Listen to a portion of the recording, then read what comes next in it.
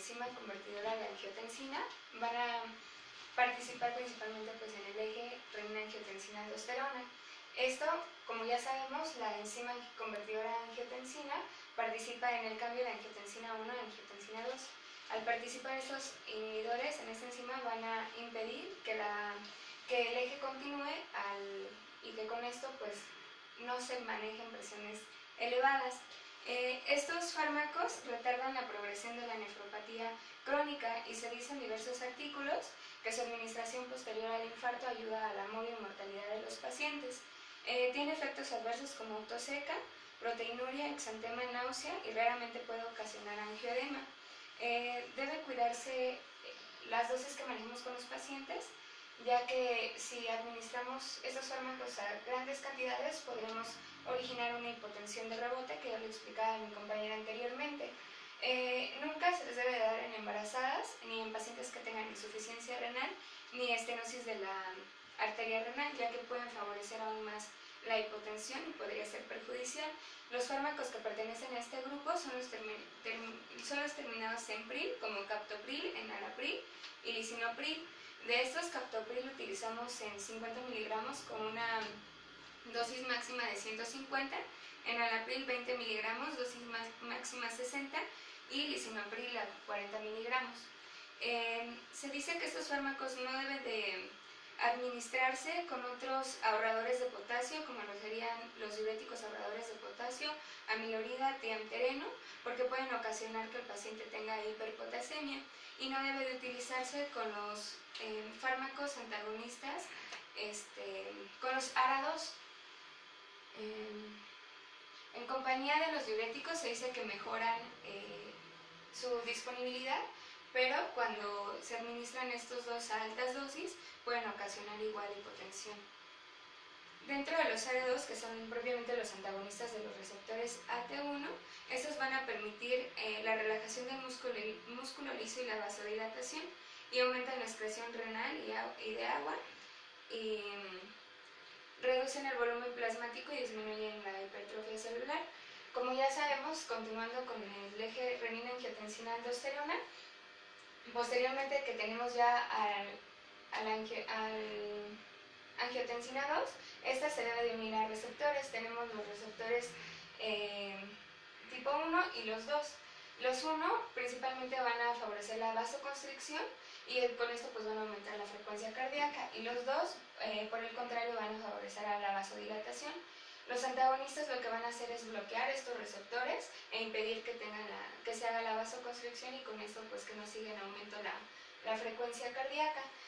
Se dice que estos fármacos tienen que llegar a los dos receptores, ya que si este fármaco que tiene acción vasodilatadora, ya que si este receptor que tiene acción vasodilatadora no se bloquea, pues de nada serviría para los pacientes con hipertensión.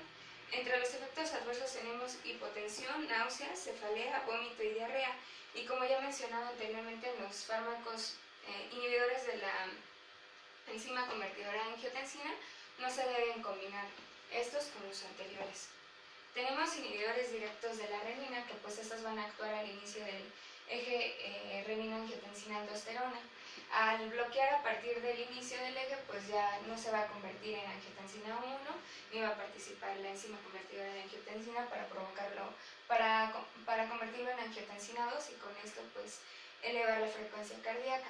Dentro de estos fármacos tenemos a la Lisquiren, que es un inhibidor directo de la renina, que es el fármaco más utilizado y que se dice debe usarse en pacientes que tengan una hipertensión severa, como aquellos pacientes con diabetes mellitus o con un daño renal.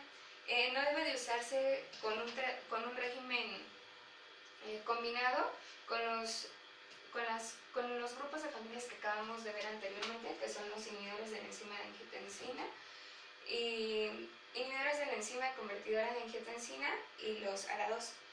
Tenemos por último los vasodilatadores, como la hidralazina, el minoxidilo y el nitroprusiato. El más importante de estos tres es el nitroprusiato. La hidralazina se utiliza principalmente para emergencias hipertensivas, como es el caso de preeclampsia, y para pacientes con insuficiencia cardíaca congestiva. Es un relajante directo que posiblemente se relaciona con el descenso en la concentración plasmática de calcio y con esto secundariamente pues inhibe la elevación de la frecuencia cardíaca. El minoxidilo por su parte activa los canales de potasio y esto favorece su excreción y con esto pues provocan una hiperpolarización y una relajación. Y por último, pues el nitroprusiato, que es el más importante, es un vasodilatador nitrogenado que libera óxido nítrico. Como ya sabemos, pues esto estimula a la vasodilatación y a diferencia de los otros dos, es un fármaco mixto que va a causar vasodilatación tanto en las arteriolas como en las venas y se debe de administrar en conjunto con el tiosulfato de sodio porque es común que los pacientes presenten intoxicación con cianuro, que es uno de los metabolitos consecuentes en la síntesis del nitroprusiato y esto podría condicionar a la acidosis láctica. Tenemos varias contraindicaciones, les voy a mencionar las contraindicaciones absolutas de todas las familias de fármacos que acabamos de ver. Dentro de los diuréticos, la contraindicación absoluta es la gota. En los IECAS, en los ARA2, pues no debe de administrarse en embarazo, como ya mencionamos, ni en pacientes que presenten insuficiencia renal o estenosis de la arteria renal. Los calcio antagonistas se debe evitar en pacientes con bloqueo AB y en falla grave del ventrículo izquierdo y los beta bloqueadores pues no están indicados en los pacientes con asma. Ahora vamos a hablar de los antihistamínicos. La histamina, como ya sabemos, es un mediador que participa en diferentes funciones en el cuerpo, principalmente en la anafilaxia, en inflamación, en la secreción del ácido gástrico y también se ha visto que tiene efectos como neurotransmisor. La histamina se va a encontrar en diferentes órganos del cuerpo, se encuentra en grandes cantidades en el sistema nervioso central y en tejidos donde tengan grandes cantidades de células cebadas, como lo es la mucosa gástrica y la mucosa respiratoria, y estimulan su liberación algunos fármacos como succinilcolina, morfina, también puede elevarse su concentración con medios de contraste y con algunos venenos como el veneno de avispa. Bueno, su respuesta típica es la producción de vasodilatación a través de la estimulación. Como vemos aquí en la imagen, tenemos pues cómo participa la histamina en la respuesta inflamatoria. Aquí tenemos cómo el alergeno se enlaza con el anticuerpo y esto pues va a activar la liberación de la histamina. Cuando la histamina llega a sus receptores, como se ven aquí en el vaso, pues va a provocar las reacciones secundarias como vasodilatación. Y aquí vemos pues la función que tendrían los antihistamínicos, que propiamente pues van a llegar a los receptores que tendrían que ocupar la histamina y de esta manera pues van a inactivar sus principales efectos adversos. La estimulación de los receptores de la inmunoglobulina con el alergeno y la propia degradación de la histamina también van a ocasionar diferentes mediadores que van a favorecer a la inflamación, como lo son los leucotrienos y el factor activador plaquetario. Tenemos diferentes receptores, se conocen 4 de estos, los más utilizados son los receptores 1 y los receptores 2. Todos estos están ligados a la proteína G y van a participar en diferentes funciones dentro del cuerpo. De los otros dos, que son los receptores H3, se ha visto que actúan básicamente como autorreceptor en las neuronas histaminérgicas. Esto quiere decir que cuando se da la liberación de histamina y el cuerpo siente que ya se liberó lo necesario para producir la respuesta inflamatoria, este receptor participa bloqueando pues la síntesis consecutiva de histamina y favoreciendo a que pues disminuya aún más, a que disminuya la vasodilatación. También se ha visto que disminuye la liberación de otros neurotransmisores y por su parte pues los receptores H4 pues no se ha visto que haya fármacos que actúen como tal siendo antagonistas y se dice que también participa siendo un inhibidor útil de la respuesta inflamatoria y alérgica. Los más importantes de estos cuatro son los receptores H1 y los receptores H2. Los receptores H1 los podemos encontrar en las células endoteliales. Estos van a ser la formación de mediadores, que van a vasodilatar, como lo es el óxido nítrico y el factor activador plaquetario que ya les mencionaba anteriormente. Eso es lo que van a hacer, van a provocar la contracción de la célula endotelial y van a favorecer a la expresión de las moléculas de adhesión para que continúe la respuesta inflamatoria. Por su parte, pues los receptores H2 van a tener diferentes funciones. La más conocida va a ser como secretágogo del jugo gástrico y también participa en la formación de la pepsina. Sin embargo, también se ha visto que a nivel del endotelio vascular estimula la producción de óxido nítrico y con esto favorece la vasodilatación, y a nivel de músculo liso ocasiona la movilización de calcio y con esto provoca una vasoconstricción. Como vemos aquí, pues tenemos la liberación de histamina y cómo va a actuar a diferentes órganos del cuerpo.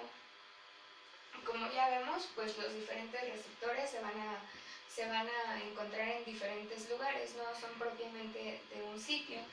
Y bueno, a nivel del sistema nervioso central se ha encontrado también la participación de los receptores H1 y los receptores H2, sobre todo controlando funciones homeostáticas y encefálicas superiores. Se ha visto que participa en la memoria, en el control del ciclo de sueño-vigilia, en el ritmo circadiano propiamente, en el control de la sed, en la regulación de la ingesta de alimentos y otras funciones. Cuando la histamina se administra intravenosa, como ocurre durante la anafilaxia, se puede producir hipotensión. A nivel del corazón, causa una dilatación de los vasos de resistencia, con lo que aumenta la permeabilidad capilar y disminuye la presión arterial, y con esto ocasiona la salida de proteínas plasmáticas que van a favorecer al edema, que es lo que vemos pues propiamente en una respuesta inflamatoria. Favorece la fuerza de contracción, la velocidad de despolarización del nodo sinoauricular y la frecuencia cardíaca pues está aumentada. Tenemos algo que se conoce como la triple respuesta de Lewis, que ocurre tras la administración de histamina intradérmica, en la cual vamos a ver principalmente tres efectos. El primero va a ser el eritema, que va a representar la vasodilatación directa que ocurre consecuente a la liberación de histamina. El segundo va a ser el área de enrojecimiento, que va a ser 1 centímetro alrededor del eritema ocasionado anteriormente, que va a representar la vasodilatación indirecta. Y por último tenemos el AON, que va a ser propiamente que va a representar el aumento de la permeabilidad capilar, y que van a ser principalmente las tres acciones que veríamos o que estaría causando la histamina. Bueno, a nivel del sistema nervioso central, la histamina participa, como ya les había mencionado, en diferentes acciones, como controlando el ciclo circadiano y el ciclo sueño-vigilia. También se ha visto que a nivel del sistema nervioso autónomo estimula terminaciones nerviosas sensitivas y que es causante en gran medida del dolor neuropático, y que también a este nivel pues es causante del prurito que se ocasiona en la respuesta inflamatoria. Tenemos a los antihistamínicos H1, que se van a dividir en los antihistamínicos de primera y de segunda generación. Estos se han visto que son receptores que no como tal son antihistamínicos o que actúan contra el receptor, sino que van a ser receptores inversos. Esto quiere decir que disminuyen la actividad del receptor y que van a competir por el lugar que ocupa la histamina. Producen un estado de sedación, principalmente las etanolaminas. De estas la más frecuente utilizada es la difenhidramina, y se dice que altas dosis en niños puede ocasionar convulsiones. Aparte de participar en este bloqueo, también van a bloquear receptores colinérgicos, alfa-adrenérgicos, serotoninérgicos y dopaminérgicos, lo que va a favorecer la aparición de otros síntomas. La diferencia entre los de primera y segunda generación es que los de segunda generación no van a transgresar la barrera hematoencefálica, por lo tanto, pues no van a producir este efecto de sedación y son los más recomendados en niños y en pacientes mayores de 65 años. Se dice que los antihistamínicos pues no deberían de utilizarse en el resfriado común, porque pues en lugar de tener efectos beneficiosos tendría algo perjudicial, ya que un efecto adverso común pues es la sequedad, y esto pues sería perjudicial para los pacientes. Tenemos diferentes grupos dentro de los antihistamínicos de primera generación. Además de participar o de inhibir la respuesta inflamatoria, que es su principal uso terapéutico, se ha visto que también participan en otras patologías o en la aparición de otros síntomas. El dimenidrato, por ejemplo, que es un antihistamínico de primera generación, se ha utilizado en la cinetosis posterior a la quimioterapia o a la radioterapia y se ha visto que tiene buenos efectos. La difenidramina se ha utilizado para los pacientes que padecen de insomnio. Como ya sabemos, pues los antihistamínicos de primera generación van a favorecer la sedación y pues al ser de esta familia, pues ayuda en los pacientes que presentan insomnio. Y por su parte la hidroxicicina, que también es un antihistamínico de primera generación, funciona como un ansiolítico leve, pero pues debe de administrarse a altas dosis. Ambas familias de fármacos, tanto los de primera como segunda generación, tienen una rápida y una buena absorción por vía oral y alcanzan su concentración máxima a las 2 a las 3 horas. Y pues ambos se metabolizan por vía hepática. El ejemplo más común de los fármacos o que con mayor frecuencia se utilizan de la familia de los antihistamínicos de primera generación sería la loratadina, que pues va a inhibir competitivamente a la histamina. Aquí tenemos un esquema de cómo participaría y como ya sabemos, pues su principal uso terapéutico es dentro de la reacción alérgica. Tiene un inicio de acción de 1 a 3 horas, su efecto máximo se alcanza de 1 a 12 horas y pues su principal efecto adverso sería que causan somnolencia, por lo tanto pues se les debe de informar a los pacientes para que no vayan a sufrir algún accidente. Dentro de las indicaciones de los antihistamínicos H1, pues tenemos rinitis alérgica, urticaria idiopática, y la dosis que frecuentemente se utiliza en loratadina es de 10 miligramos al día y en niños se sugiere de 5 miligramos al día. Sin embargo, pues tampoco es conveniente utilizar en menores de 2 años. Entre las contraindicaciones, lo más importante pues sería la somnolencia y puede ocasionar también cefalea y resequedad en boca y en ojos. Tenemos otro grupo que serían los antagonistas del receptor H2 de histamina.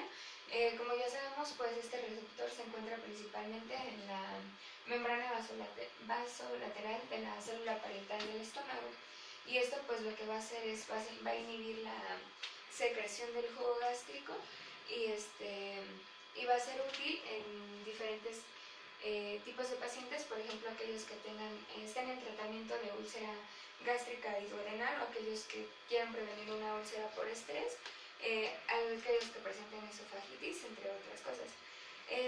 Su absorción es rápida en el tubo digestivo y tiene una vida media que varía en diferentes fármacos. El más común utilizado de estos pues es la ranitidina, que tiene una vida media de 6 a 8 horas, y estos fármacos atraviesan la barrera hematoencefálica y la barrera placentaria, por lo que pues no se deben de utilizar ni en embarazadas ni en pacientes que estén lactando. Tiene un metabolismo hepático y su principal excreción va a ser por vía renal. Como ya les mencionaba, pues las indicaciones principales va a ser úlcera, esofagitis, hipersecreción gástrica, gastritis y reflujo gastroesofágico.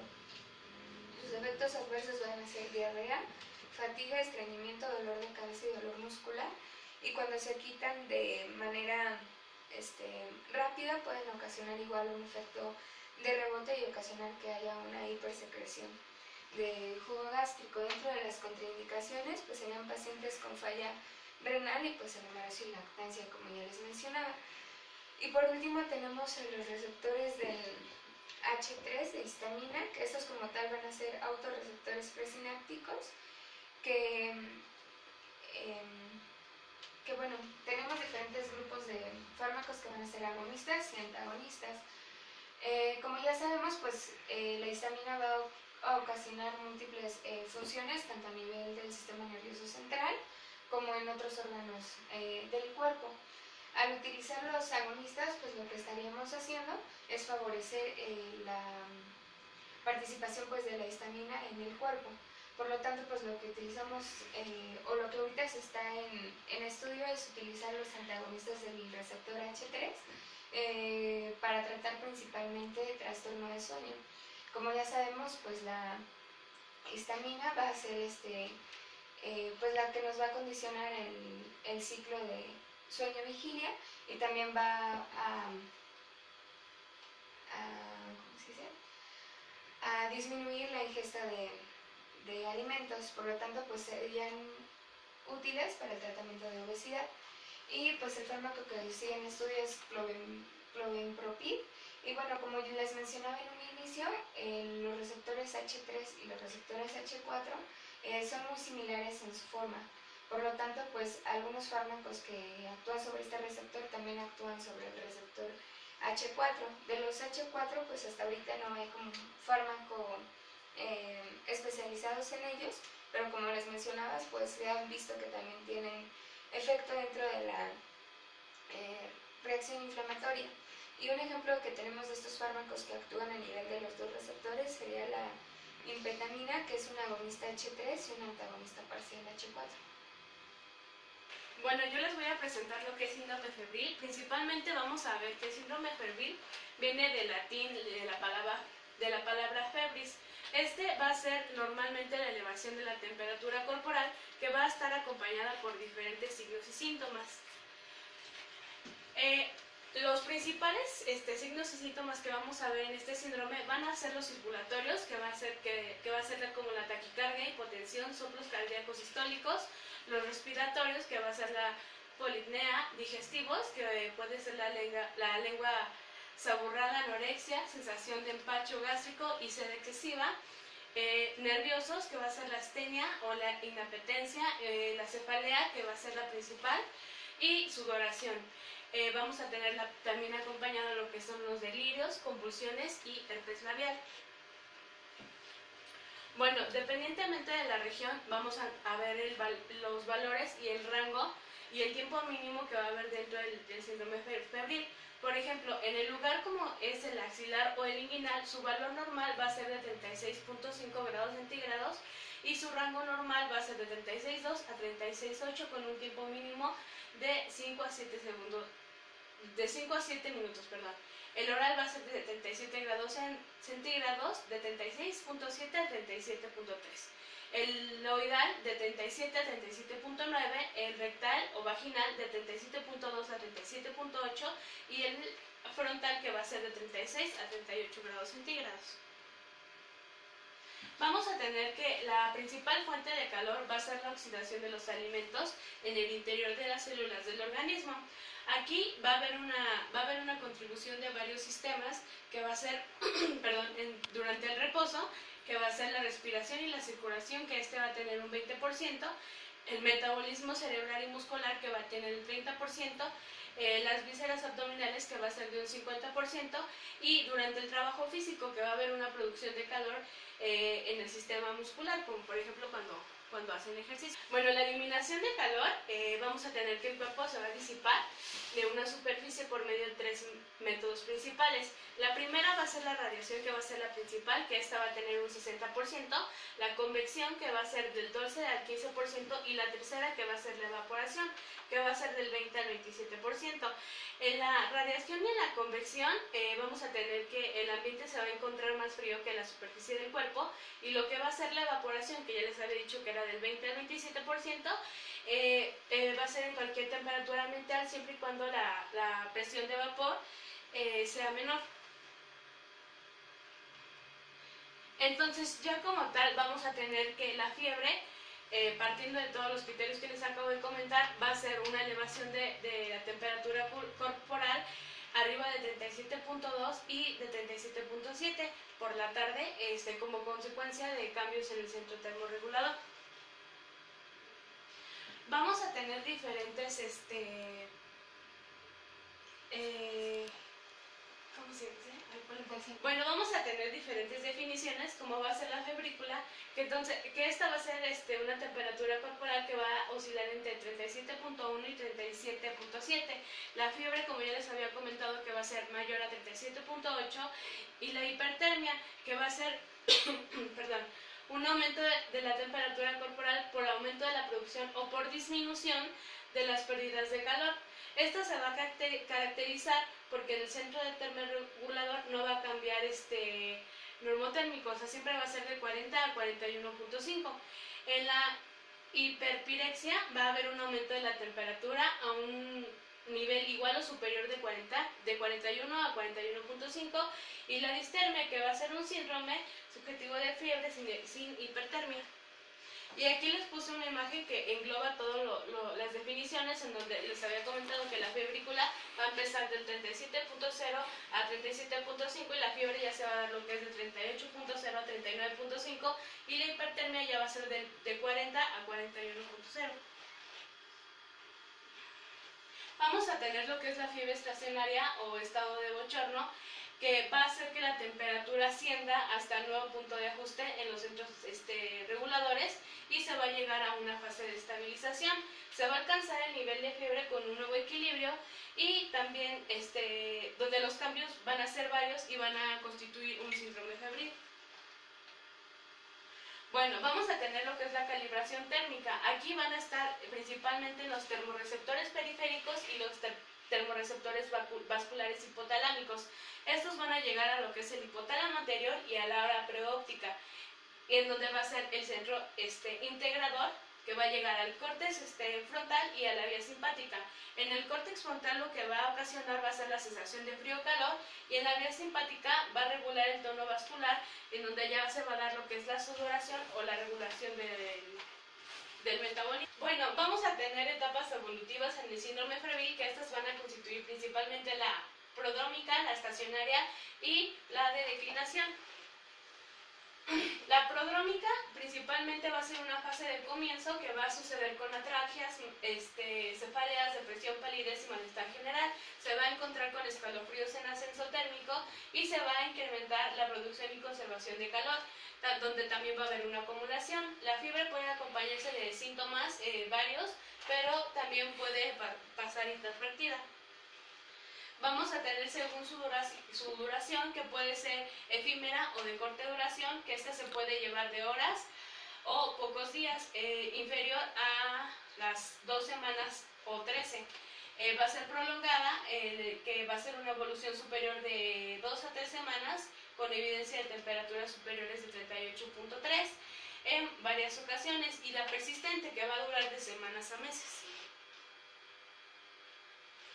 Bueno, en la clasificación vamos a tener, según la intensidad, que va a ser subfebril o febrícula, que les había comentado, que va a ser de 37.5, la fiebre ligera, que va a ser de 38 grados centígrados, la fiebre moderada de 39, la fiebre alta arriba de 39, o sea de 40, y la hiperpirexia, que va a ser de 41 grados centígrados.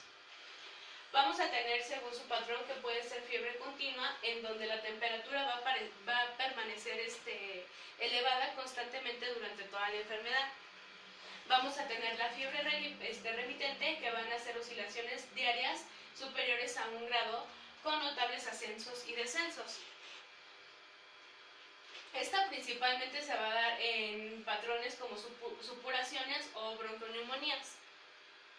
Y la fiebre intermitente, que la temperatura se va a elevar en algún momento del día, pero desciende a niveles normales. Esta principalmente se va a dar aparecer en patologías como las infecciones. Y en la fiebre ondulante, que se va a caracterizar por el ascenso progresivo o brusco de la temperatura. Esta se va a mantener elevada con ciertas oscilaciones durante días o semanas, y va a descender posteriormente gradual. La fiebre recurrente se va a caracterizar por la alternancia de periodos de fiebre en una meseta de 2 a 5 o más días seguidos en una fase apirética persistente o de más días. La fiebre periódica se va a caracterizar por una poliartritis edematosa en varias articulaciones, y en la fiebre séptica va a ser remitente, va a estar acompañada de escalofrío, sudor, y esta se va a presentar frecuentemente en tuberculosis crónica y en casos sépticos. Bueno, vamos a tener muchas causas clínicas de fiebre, como son inflamaciones, trastornos hormonales, infecciones, enfermedades del sistema nervioso central, neoplasias y muchísimas más. En las fiebres de origen farmacológico vamos a ver algunos importantes y que van a ser principales, que van a ser los antihistamínicos, la atropina, la penicilina, la morfina, las sulfas, el isoniazida.